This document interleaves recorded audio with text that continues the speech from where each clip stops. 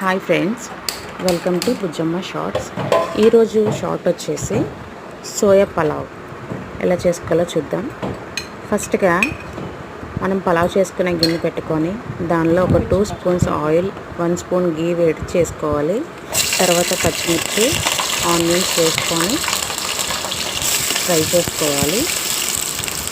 Onions తొందరగా fry అవ్వాలి అని అంటే ఒక 2 మినిట్స్ మూత పెట్టామంటే మగ్గుతాయి. అలా మగ్గించిన తర్వాత వాటిలో టమాటోస్ వేసుకోవాలి.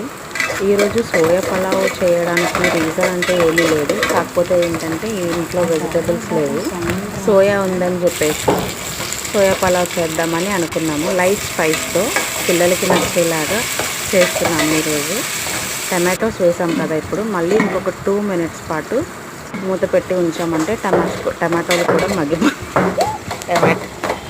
టమాటాలు కూడా మగ్గిన తర్వాత ఇప్పుడు అందులో కొంచెం కొత్తిమీర వేసుకోవాలి.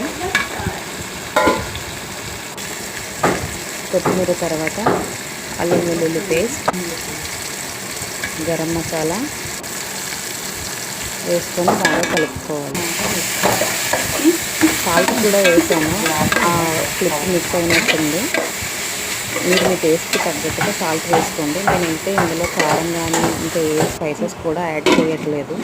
మళ్ళీ ఇంకా 1 నిమిషం మూత పెట్టుకుందాము. ముందుగానే వేడి నీళ్ళలో బాయిల్ చేసి పెట్టినటువంటి సోయాని గట్టిగా పిండుకొని ఇంకొక బౌల్లోకి తీసుకోండి. తీసుకున్న తర్వాత ఇప్పుడు ఆ సోయాని కూడా అందులో వేసుకోవాలి. ఇక్కడ అదే విషయాన్ని నేను చెప్తున్నాను. ఆ సోయాని కూడా అందులో వేసి బాగా కలుపుకొని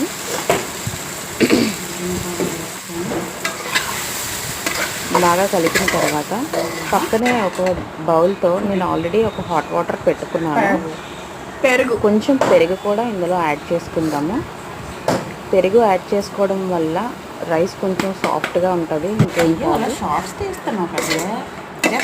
నేను ఆల్రెడీ వేడి నీళ్ళు అనేది పక్కన వేడి చేసుకొని పెట్టుకున్నాను కాబట్టి 1 గ్లాస్ రైస్కి 2 గ్లాస్ ఆఫ్ వాటర్ తీసుకోవాలి. 4 గ్లాస్ వాటర్ ఇక్కడ నేను అదే చెప్తున్నాను. ఇప్పుడు నేను 2 గ్లాస్ రైస్ తీసుకున్నాను. నానబెట్టుకోవాలి. 2 గ్లాస్ రైస్కి 4 గ్లాస్ ఆఫ్ వాటర్ తీసుకోవాలి.